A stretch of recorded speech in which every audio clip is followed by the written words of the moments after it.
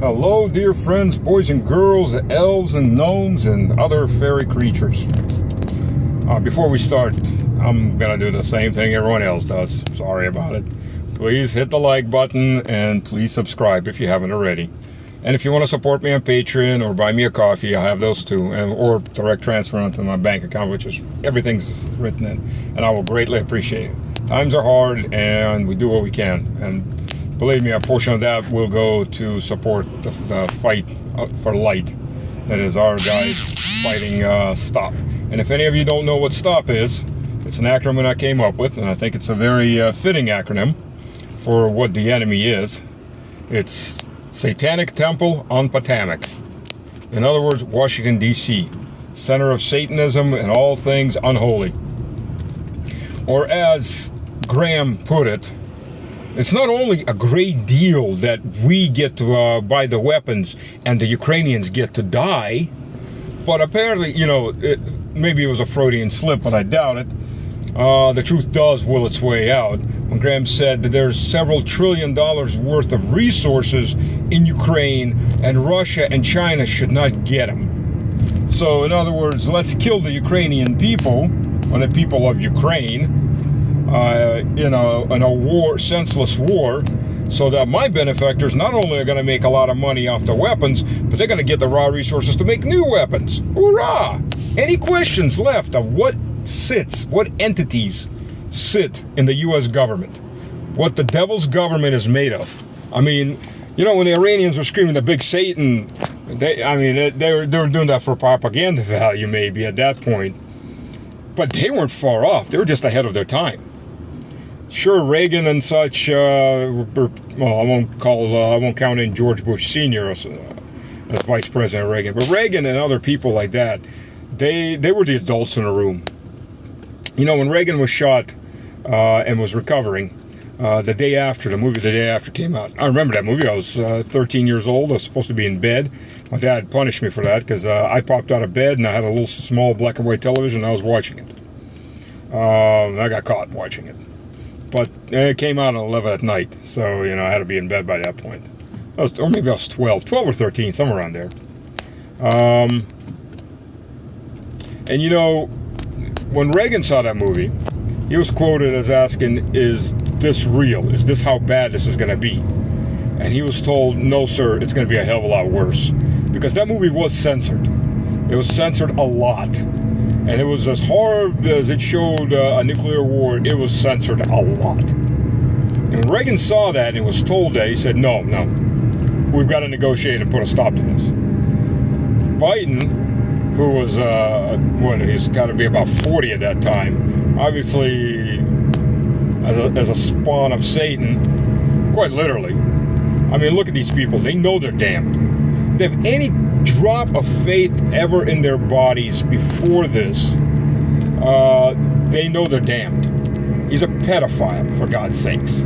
He's sold the lives of children, and women and children for profit. The company his son is, who's a druggie, immoral druggie, who's has sexual relations with little girls. They posted photos of himself, and of course will not get more than a slap on the wrist that he's, quote, guilty. And the reason they found him guilty now is because Daddy's still in charge. Even if he got a serious sentence, Daddy would pardon him. And once you've been sued once, you can't be sued again. So he gets a clean bill of health to screw whatever he wants and do whatever he wants once more.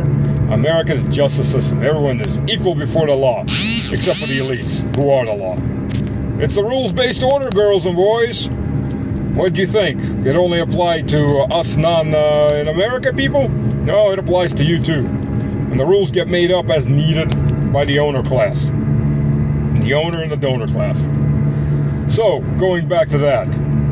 These Satanists, they know they're damned. And I'm pretty sure they want to make as big a sacrifice to Satan as humanly possible. Not just in dead people, but in mutilated psychologically and spiritually people.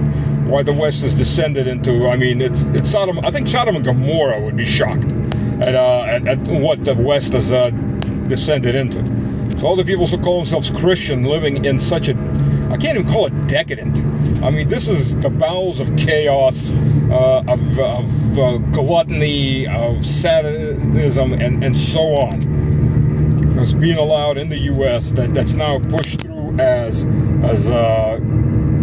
virtues, great virtues. You know, I knew it was over for the U.S. for sure. And this has taken me further than I ever expected it to go. When on the morning show, I think it was Morning Joe, one of those shows, the mother of a 10-year-old stripper transvestite. She has a 10-year-old boy who's a stripper transvestite who's dancing in an all-male fag club. And not only are the people paying to see him, the pedophiles, not arrested. Not only is this mother not arrested, not only is this child who is the victim of this satanic beast that calls herself his mother, that she pimps him out on, not only was she not arrested and this child wasn't taken from her custody, but they're being celebrated as being progressive and brave. I mean, seriously, folks, are you shitting me? Are you friggin' shitting me? And that was one of those signs that I, drop on my knees and thank God that I was given the opportunity to get my family the hell out of there. Thank you, Lord Jesus. Yes, I said it, Lord Jesus. I am a Christian. I am an Orthodox Christian. I have no God before the Lord. I have no man before the Lord. So there. You can hate me all you want, woke and progressives. I don't care. Hatred will eat you up first. So anyways, I go on. Pardon for that. So now we've got this two new developments. Three developments, actually. Ukrainians hit an all-time high in casualty rates. It's over 2,000 dead and wounded in just yesterday.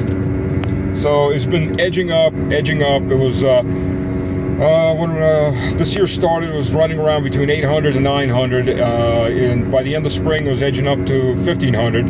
It's over 2,000 now. And it's going to continue going up.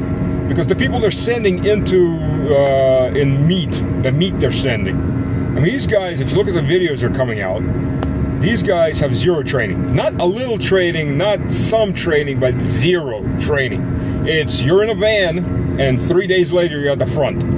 And you don't even hold a rifle before you get there. And these guys on the front lines, the veterans, are complaining about it. They have to teach these guys how to assemble and disassemble an assault rifle, let alone how to fire. I mean, these guys have zero survivability rates in this. I mean, absolutely zero. But that's what's being thrown into the cauldron right now. I mean, that's a crime in and of itself.